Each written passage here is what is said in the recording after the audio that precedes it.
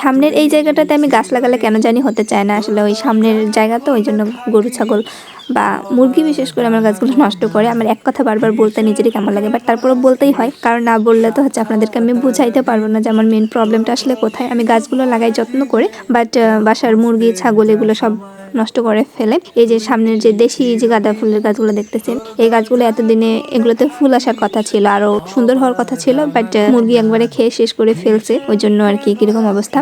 আর তারপরেও এই জায়গাতেই আমি আবারও আজকে গাঁদা ফুলের গাছগুলো লাগিয়ে দিলাম। সরি, আজকে না, এগুলো আমি কালকেই লাগিয়েছি। আর আজকে আমাদের বাসাতে মেহমান আসছিল অনেকগুলো, সারাদিন ব্যস্ত ছিলাম, তাই গতকালকেই আমি কিন্তু গাছগুলো লাগিয়ে ফেলছি কেনার পরেই।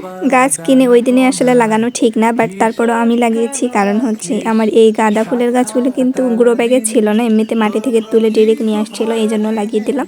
বেশি দিন রাখলে আবার এগুলো শুকিয়ে যাবে, তাই আমি কালকেই লাগিয়ে ফেলছি গাছগুলো। মাটিতে গাছ লাগানোর ক্ষেত্রে আমি একটু গর্তটা গভীর করে করার চেষ্টা করি, আর চেষ্টা করি একটু গোবর সার দেওয়ার। আর আজকে একটু গোবর সার আর ইপসম সল্ট দিয়েছি, এতটুকু।